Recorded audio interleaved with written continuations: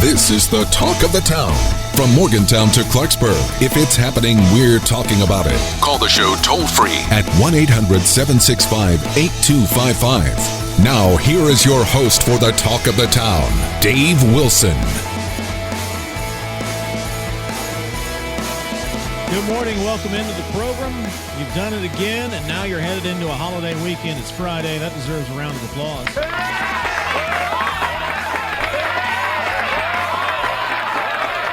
It's Friday. It's Anything Goes Friday, so we'll talk about whatever you want to discuss, but you have to give me a call at 800-765-TALK, 800-765-8255.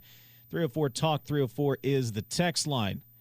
Okay, here's some of the things on my list today, including but not limited to hot dogs, radioactive Japanese pigs. Yes, that's on the list. Oh, yeah, by the way, Icon, he's going to be in studio with us at 9:30. He's the golden retriever that was in the back of the car that got stolen. He got reunited with his owner yesterday. Oh, the owner's coming too, but we're going to talk to Icon coming up at the bottom of the hour. We'll get you. It's an Anything Goes Friday. We will talk about anything you want to at 800-765-TALK, or you can text me 304-TALK 304. In the meantime, told you yesterday, as you all know, I like dogs better than people for obvious reasons. We brought you the story.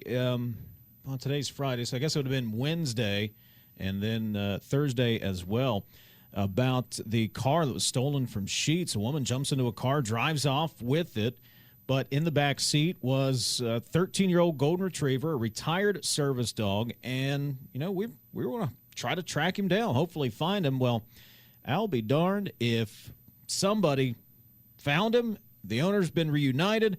I've got a celebrity in studio. We're going to tell you the whole story. Joining me in studio this morning is Bruce Ross and Icon, who is now, I don't know if he's the most famous dog, because the governor's dog's pretty famous around here, Bruce, but he's at least the second most famous dog in West Virginia right now. Well, that was Good thanks morning. to the radio station. Good morning. Good morning. So, okay, so we told people the story, and folks were out looking. Let's just start at the beginning and just tell the story of what happened. So let's just pick it up. You're at Sheetz. Yeah, Icon and I were Take it about from to there. go. We were about to go swimming, and so I wanted to get a cup of coffee. And when I have my own car, I didn't think about it. So I pulled up. I said, "Oh no, I don't. I've got a rental car. I don't have a second key." And I always locked my door. Mm-hmm. I wanted to leave the air conditioning on because it was like, you know, it was already almost 90 Yeah. degrees. And I said, "Okay, I'm just gonna park in front." I watched the car all the way backed up in there, you know, and watched the car like a hawk. Turned around to get my coffee, poured it, turned around, and at that moment, the car is disappearing out of the parking lot. I mean, we're talking 3 to 5 seconds. Wow. So what's going on in your head at that point? I mean, you know, panic, you Mm-hmm. know, and then I calmed myself down, immediately 911, and you know, told them if there was a car running in front, I would have jumped into it and gave chase. But I just figured the best thing to do is I just got to get this information out, and the police responded very quickly. They had already put out a bolo on the car. So, you know, she was right near the 79 freeway, could have gone north or south. Right. And apparently she continued driving straight later, as we found out. But they got a videotape of her and everything. And so I just went back to my hotel, printed up I went over and grabbed a rental car immediately to start looking myself and drive the parking lots. And I drove all the parking lots everywhere I could to see if, you know, this car was discarded by the mall down there, down where Sam's Club and everything is. And So were you hoping at that point maybe whoever took the car realizes Icon's in the back seat and just and maybe let him out somewhere and he's hanging out? That was my hope, Okay. you know, is that, okay, you know, person go, I want to steal a car, but I don't want to steal somebody's dog. I'm hoping somebody has like a pinch of compassion. Little bit, yeah. And I was very discouraged as the day went on because nobody, you know, I figured, well, you drop them off at a liquor store, you drop them off at another Sheetz, you know. Yeah. Anything. It would have been very easy. Oh, I found this dog, you know, and the Sheetz network was very good too. They notified all their gas stations as well. They were very, very good about it. I talked with their security people there. And so I printed up flyers, you know, go back to the hotel, you know, made a flyer, and missing, stolen, and his pictures and stuff. And everywhere I went, I headed up to Pittsburgh, and I figured I'm just taking a guess. I'm going to go north, and almost all the way to Pittsburgh. I took every exit, and I'd ask around, did you see anything? Anybody report a dog? Can I post this flyer? And I went, oh, yeah, absolutely, and give me a couple. I'll post them around town. I gave them more posters. And I just kept going. Then I worked my way down south, and I even pulled off the southbound exits and just double-check again. It got to be a long day. And I printed up some more flyers and then headed south, did the same thing. So this is all Wednesday, right? The whole day. The whole day I'm just going. And then when I got back, I said, okay, I'm gonna continue looking, and I just wanted to drive around town. Maybe this was a local that just wanted to hop home or something. And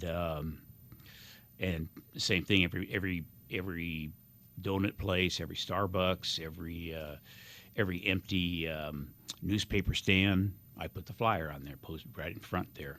And I'd heard on the radio, you guys had done a great deal on that. We saw it and heard about it, and we get it on the air, and you're going up and down the interstate. But he's 13, right? Right. And he's got some medical issues, right? He's got some some arthritis, and he has to take pills twice a day for that in his hip. But once he gets in the water, he's good. There's no arthritis issue. He swims for 5 hours. Yeah. But 13-year-old golden retriever, you're probably just.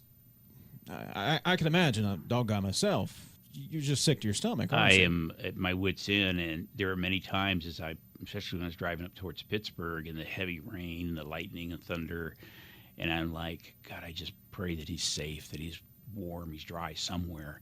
And many times I had to pull off on the freeway, and just have a good cry. I mean, just a sobbing cry, and I'm just praying and praying and praying and posting, trying to post in the meantime. And then I catch my breath and, okay, continue on.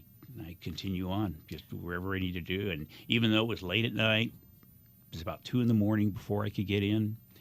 And I still just kept going. Say, I can't sleep. I got to at least keep looking, even though it's a 1 in a million shot that I would find him. So yesterday afternoon, so you're back at it yesterday morning. We're running stories on the air. They're talking about it on our other stations here in the building. Social media has got it plastered all over Facebook and Twitter. And yesterday afternoon, what happened? Actually, in the morning, I had interviewed with the television news station, Channel 5, and because they wanted to boot a story as well. And so in the afternoon, this guy had posted, he'd heard on the radio about this dog, and is this the dog? And he had a picture of it, and everyone was saying, oh, God, that looks like Icon. And it really, it was a really great likeness of him, and I knew that's him. It wasn't a great picture, but I'm sure that's him. And they said, oh, it's a female golden, and everyone was disappointed. I said, no, because these service dogs, they squat when they go to the bathroom. Mm-hmm. Yeah. They don't lift their legs. They're trained deliberately not to do that. So everyone just assumed it was. So I said, no, that's not. Everyone else was just disheartened over it. And I said, no, don't worry. And I kept going, and man, I followed the route where this guy's address was in the middle of nowhere. In fact, it was the nowhere in the middle of nowhere. Yeah. And so I found the place, and no one was there. So I'm walking around this place, and there's just nothing. There's just some acreage there and stuff. Yeah. And I come around the corner, and there's a porch up there, and Icon's there, was sleeping. Then he looked up, and the minute he saw me, he just jumped up and ran to me and was crying and barking and jumping up and down. Actually, that might have been me that was doing that. Yeah, we were both crying. It was such a moment. I just can't imagine what he went through, not knowing what was going on. Yeah. Wow. So did he wander up to this home, or did this individual happen to see him? It's posted that he found him on 92 to the 19 which is like I drove, when I was driving through, I'm going down the 19, I'm on the 92, I'm going, there's just nothing here. Yeah. And it's just a 2-lane, and he could have very easily got run over. He could have been attacked by feral dogs or another animal or something. I mean, but the guys, picked him up and then posted, "This is the dog on the radio that everyone's looking for," and didn't really want to talk to anybody. Just said, "This is," and just found his address and went up there and I took a little reward and I put it into the door because I was so grateful, that he took the dog in. Wow, that's it's remarkable. That's remarkable. It was a very emotional moment. It's been a very emotional. It was one of my toughest 24 hours that I can remember. Are you now? For folks, we talked yesterday a little bit, but you're just visiting the area, right? You're not right. Well, I was. Are you? Well, no. I was a local for almost 3 years. I was flying as a pilot with Southern Airways out of Morgantown, and he was out here with me, and he visited everywhere. He went to hospitals. I had friends that borrowed him when I was working, and I never lacked for a puppy sitter for this guy. He's just the nicest, sweetest dog in the world. He knows more people in Morgantown than I do, because I've had strangers walk to me. Hi, Icon. I go, hi, how you doing? And they say, we don't know each other. I just met Icon. Okay, he gets around. Yeah. And so I came out here to visit a friend. I had a little business thing. She's my dentist, and we needed to take care of some. I said, and she said, don't dare come out without Icon. Sure. And I said, of course. Right. So we came out, and he, we've been visiting, and everyone's just excited to see him and stuff. But I don't show up without him because most people will give me the time of day. Were you shocked at the reaction and how people? I was got overwhelmed. Involved? I was overwhelmed. Yeah. I'm really overwhelmed. I mean, God bless the people of West Virginia. I mean, they just, it's almost like you say, a car was stolen. Okay, it happens all the time. There's a dog in the back. There's a dog in the back seat. Right. And then all of a sudden, I mean, everybody was searching.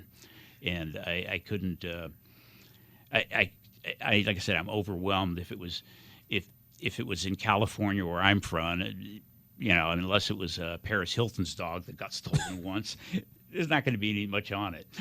Here, it's just everybody was just the dog lovers they are. Your radio station made such a difference, covered so much. And people had mentioned they'd heard it on the radio. And when I went up bring the flyer in, in the middle of nowhere to post a flyer, the person said, "Oh, is that the dog I heard about on the radio?" So, God bless radio. Yeah. It's got me smiling over here, I can tell you.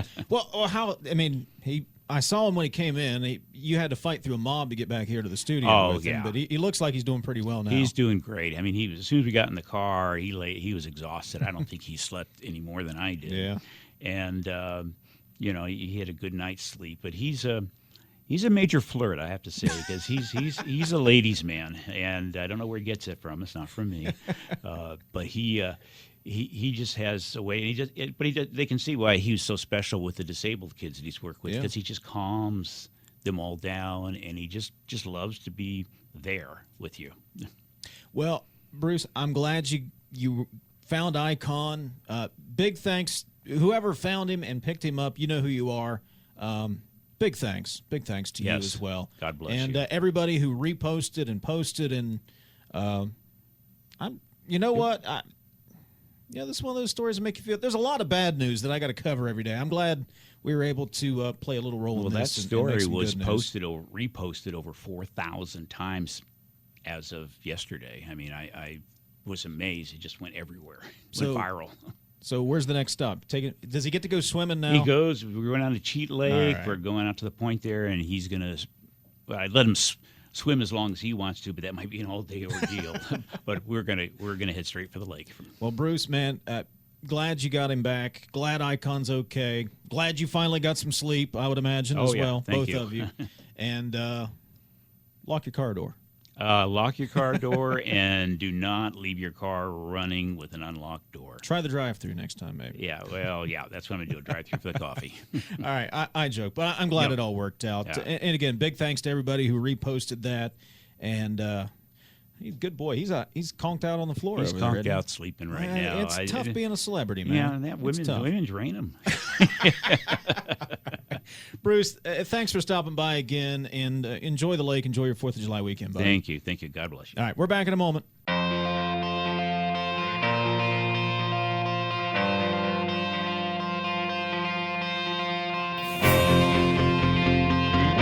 Now back to the talk of the town.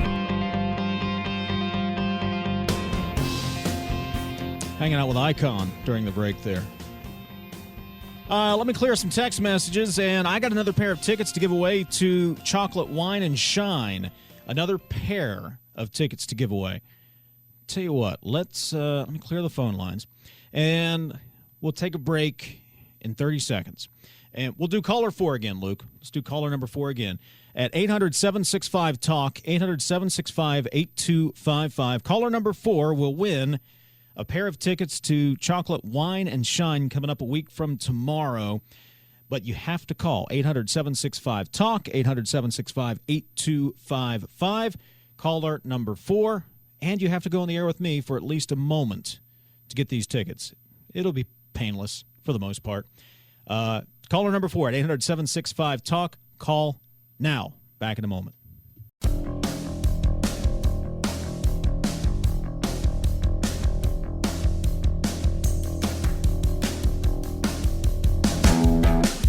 We're talking about your town. Now back to the talk of the town. All right, Luke, do we got a winner? We do. Caller number 4. Who's this? This is Jeremy. Jeremy, you want to go to the Chocolate Wine and Shine?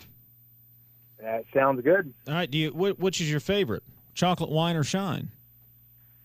I'm a chocolate guy, but Shine's okay. I'm not a big drinker, but I'll test the waters there. All right. You know what? Because I'm in a good mood, Icon the dog was just in here. I'm actually unusually delightful, because I am a very jolly fellow. That's what they say about us portly guys. Tell you what, I'm not going to make you do anything embarrassing, so consider it your lucky day. I'm just going to give you the tickets. These will be for the afternoon session. All right, Jeremy? And all right. Your Sounds name good. will be at Will Call over at Milan Park. You just need to show your ID to get your tickets. Enjoy, man. All right, I appreciate it. Thanks a lot. Hey, thanks for listening. Enjoy your 4th of July weekend. All right, you too. All right. So Jeremy going to the Chocolate Wine and Shine. Again, that is a week from tomorrow. And you know what? I'm in such a good mood. We'll give away some more tickets next week as well. I'll have some more pairs to give away for that coming up later on next week. I'm not going to get to my radioactive pig story or my hot dog story. I had the ingredients right here, Luke, of what is in a hot dog, with the intent of totally ruining your 4th of July cookout. But I'm not going to get to it. I also got a story. Okay, these are the things I don't get to during the week because we actually talk about, legitimate issues. Okay, I got 20 seconds. In Japan, near the Fukushima nuclear disaster, radioactive wild boars have bred with domestic pigs, creating a new hybrid radioactive species. I think this is how the plot of the second Ninja Turtles movie started. All right, that's all the time I've got. Enjoy your 4th of July weekend. Have a hamburger, have a hot dog, enjoy the fireworks. We'll talk to you Monday morning live at 9:06. Have a great weekend, everybody.